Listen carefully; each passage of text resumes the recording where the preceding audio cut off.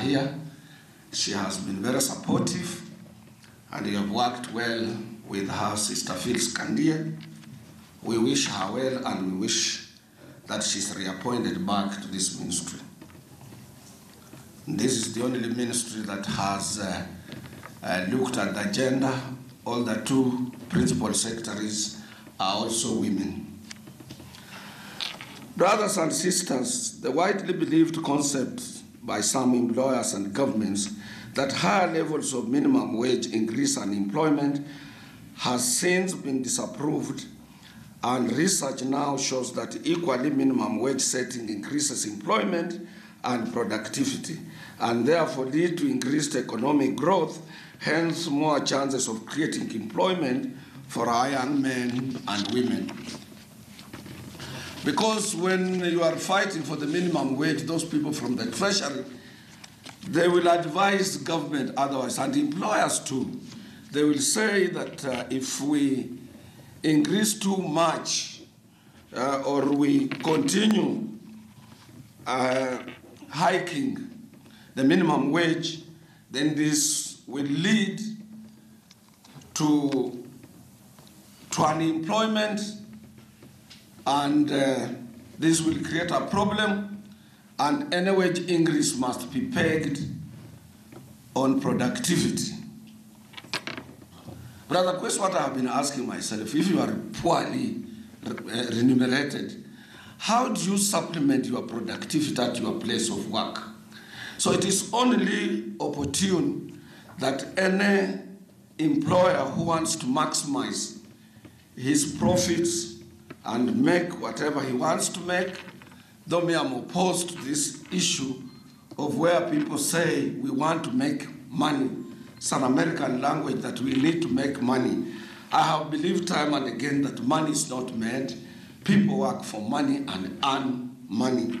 Because if you talk too much about making money, then you introduce exploitation of labor, you get opposed to minimum wage increases, and you become insensitive when it comes to collective bargaining and wage increases, and also looking into other areas that concerns workers, allowances, bonuses, retirement benefits, because you want to make money. Indeed, Chair and Sister Sharon, this year, we must thank our government and its leadership, particularly President Uhuru Kenyatta, because after formal tripartite negotiation through the General Wages Council meetings, we failed to agree on minimum wage increase.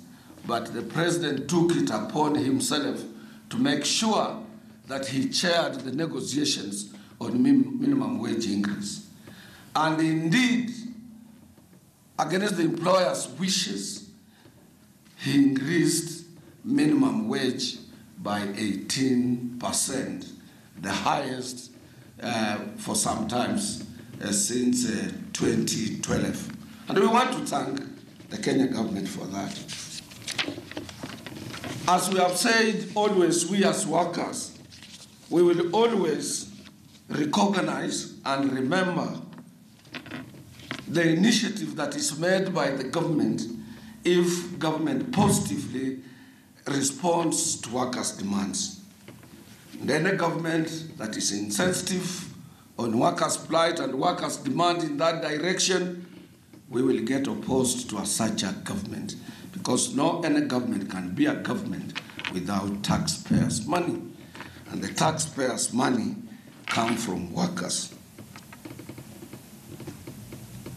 And Labour Commissioner, you will agree with me that this is the highest increment from the previous years, where the highest ever recorded was 14% in 2015. And in addition, this year, the President directed for the removal of all taxations on overtime, retirement benefits, as well as bonuses to our members who earn up to Kenya shillings 100,000, that is up to $1,000. You are not supposed to pay any taxation. And if this is anything to go by, it remains a huge success in our collective bargaining history as far as minimum wage earnings are concerned in Kenya. It might have been because the president knew very well in the same year he was facing elections. We will look at this gesture again after these elections, and this being his last term for the coming 5 years, if he will remain positive. But if he will think otherwise, we will continue pressurizing them. They're a pressure group, and if he continues doing well, we will wait for his successor. If he doesn't follow the suit, he will always face the wrath and the ire of the workers.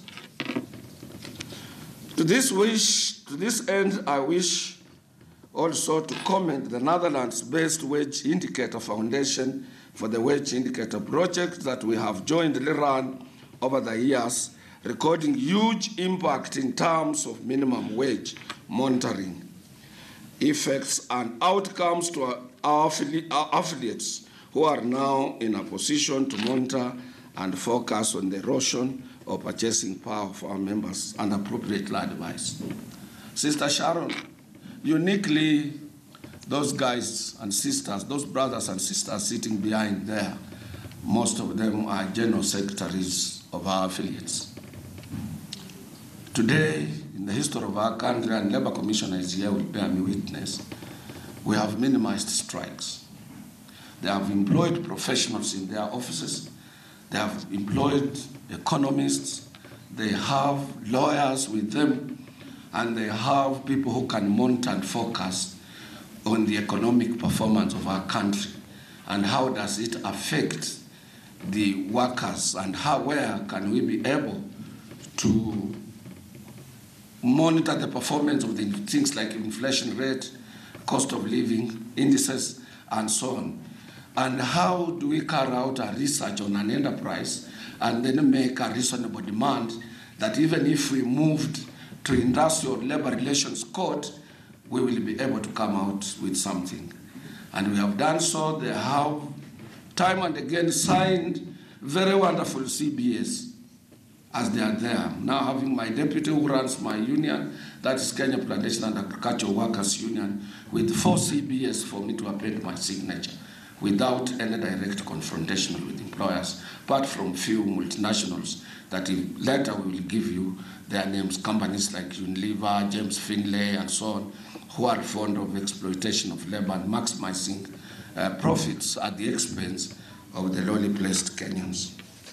And also few problems at the EPZ because of the poor management of the authority managing the EPZs in Kenya.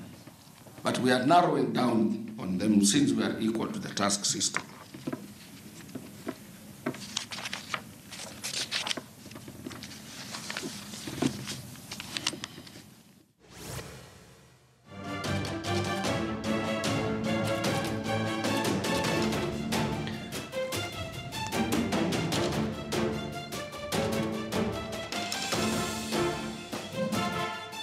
All right, that's COTU Secretary General Francis Atwoli meeting labor leaders from across the country, not Luya leaders, like I said before.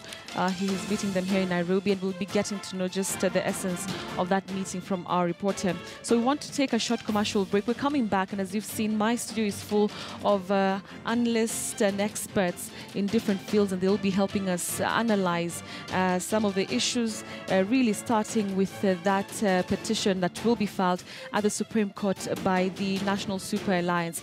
All right, so we'll take that short commercial break. We're coming